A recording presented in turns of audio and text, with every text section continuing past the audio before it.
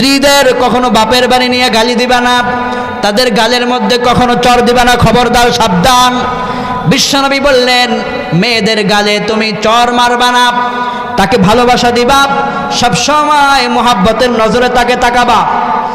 কতটা বছর সে তার বাপের বাড়িতে ছিল, তার বাপের বাড়িতে তার একটা আলাদা বালিশ ছিল, ঘুমাতো। 20টা বছর কাটিয়েছে, 20 বছর সে বাপের খেদমত পেয়েছে, 22 বছর খেদমত পেয়েছে। একদিন তুমি বিসমিল্লাহ কবুল বলে তাকে নিয়ে এসেছ, এরপর থেকে সে তোমার রান্নার কাজে সহযোগিতা করে, তোমার ঘর বাড়ি মুছা দেয়, পরিষ্কার করে রাখে, তোমার সন্তানদের খাদ্য খাবারের আয়োজন করে, ব্যবস্থা করে। যে স্ত্রী রান্না করলে তুমি খাও, সেই স্ত্রীর গায়ে আঘাত করো, তোমার লজ্জা থাকা উচিত, ঠিক কিনা বলেন? যে স্ত্রী রান্না করে সেই স্ত্রীর গায়ে আঘাত দিয়ে পরবর্তীতে তার চোখের দিকে কিভাবে তাকাও? এজন্য বিশ্বনবী বললেন স্ত্রীরা হলো তোমাদের পোশাকের মতো, গায়ে তখন তাদের হাত দিবা না, তাদেরকে ভালোবাসার ছোঁয়া দিবা। দৈনিক একবার করে হলো একটা একটা করে ফুল দিবেন যাদের স্ত্রী আছে। বিশ্বনবী বললেন তাদেরকে বেশি বেশি করে উপহার দিবা, আর তাদের চেহারার দিকে তাকায় মুস্কি হাসবা। নফল নামাজ পড়ার সমান সওয়াব আমল নামায় দিয়ে দিবেন কে?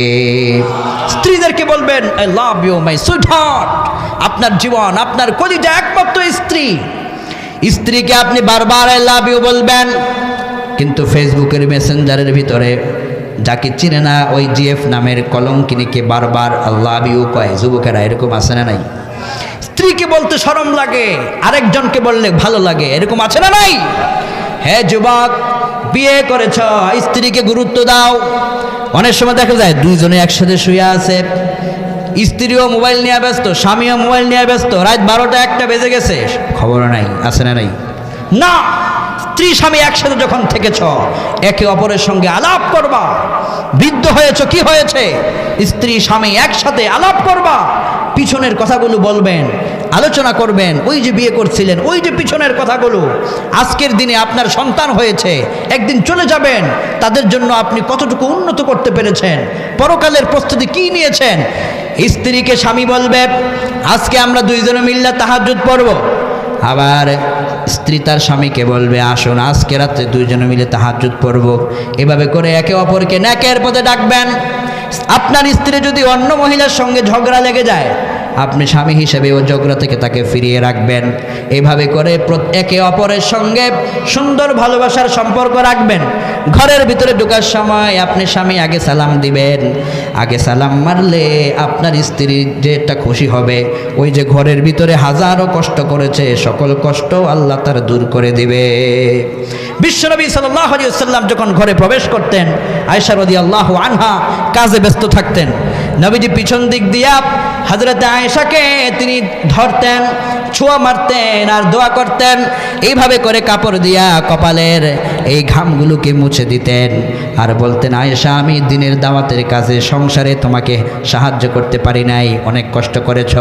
হযরত আয়েশা বলতেন আমার বিশ্বনবীজি আমার স্বামী যখন ঘরে প্রবেশ করে আমাকে যখন বলতেন আয়েশা তুমি সংসারের জন্য অনেক কষ্ট করেছ, এটা বলা মাত্রই আমার সংসারের সকল কষ্ট দুঃখগুলো আমার মন থেকে মুছে যায়। আপনার স্ত্রীর পাশে এসে আপনি এটা বলবেন যে তুমি আমার সংসারের জন্য অনেক কষ্ট করো, তাকে আপনি এভাবে করে শক্তি যোগাবেন, প্রেরণা দিবেন। বিশ্বনবী বললেন স্ত্রী স্বামীকে সালাম দিবে, স্বামী তার স্ত্রীকে সালাম দিবে। ঘরে যখন প্রবেশ করেছেন আপনার স্ত্রী দরজা খুলেছে, আপনি আগে সালাম দিবেন। এতদিন দেন নাই, আজকে গিয়া হইলেও সালাম দিবেন। পারবেন তো ইনশাআল্লাহ? বিশ্বনবী বললেন আবু দাউদের বর্ণনায় আন আব্দুল্লাহ ইবনে সালাম রাদিয়াল্লাহু আনহু قال قال رسول الله صلى الله عليه وسلم افشوا السلام واطعموا الطعام وصلوا بالليل والناس نيام تدخلوا الجنة بسلام। ঘরের ভিতরে প্রবেশ হোক, রাস্তায় হোক, যেখানেই হোক, আগে সালাম মারবেন। 2 নম্বরে মানুষদেরকে সামর্থ্য মোতাবেক খাদ্য খাওয়াবেন। 3 নম্বরে যখন মানুষগুলো ঘুমিয়ে যায় ওয়াসাল্লু বিল্লাইল ওয়ান নাসু নিয়াম, মানুষ যখন ঘুমিয়ে যায় তখন অন্তত 2 রাকাত হলেও তাহাজ্জুদের সালাত আদায় করবেন। রাতে সবাই ঘুমিয়ে আছে, আপনার স্ত্রীকে নিয়ে দুইজনে মিলে সালাত আদায় করবেন, সবার জন্য দোয়া করবেন। ছেলেটা বিদেশের বাড়িতে চলে গেছে, কষ্টে আছে, দোয়া করবেন।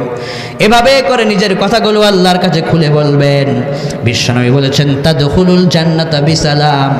1 নম্বরে যে বেশি সালাম দিবে, 2 নম্বরে যে মানুষকে খাদ্য খাওয়াবে, 3 নম্বরে যে তাহাজ্জুদ পড়বে, এই মানুষটা যেদিন মারা যাবে তাদখুলুল জান্নাতা বিসালাম, জান্নাতের সবগুলো দরজা তার জন্য খোলা হয়ে যাবে।